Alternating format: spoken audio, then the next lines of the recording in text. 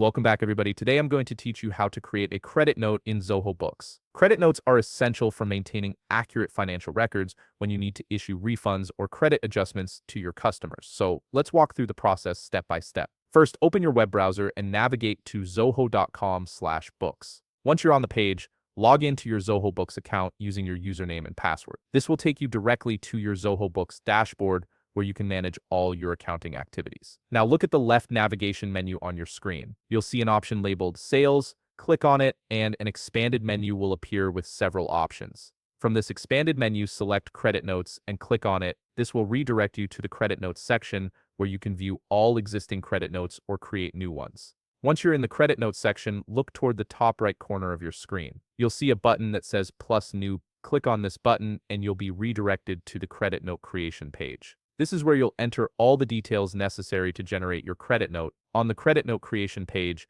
you'll be required to fill in several fields. Start by entering your customer name, followed by the credit note number and a reference number. Next, enter the creation date for this credit note. You'll also need to choose which accounts receivable this credit note will be associated with. This ensures that the credit is properly reflected in your financial records. Below that, you have the option to add or select a salesperson under this credit note by clicking the drop-down arrow. Make sure to add a subject line as well so your customer immediately knows what this credit note is for. This clarity helps maintain transparency and professionalism in your business transactions. Now move to the item table. Click on Item Details to enter an available item from your inventory. Select the account this item is associated with, then adjust the quantity and rate accordingly. If the item is entitled to any discount or taxes, make sure to include those details in the note as well. This keeps everything accurate and compliant. You can also add a customer note along with new rows or items in bulk if needed. Check the subtotal to ensure all calculations are correct and enter any terms and conditions that you want displayed in this transaction.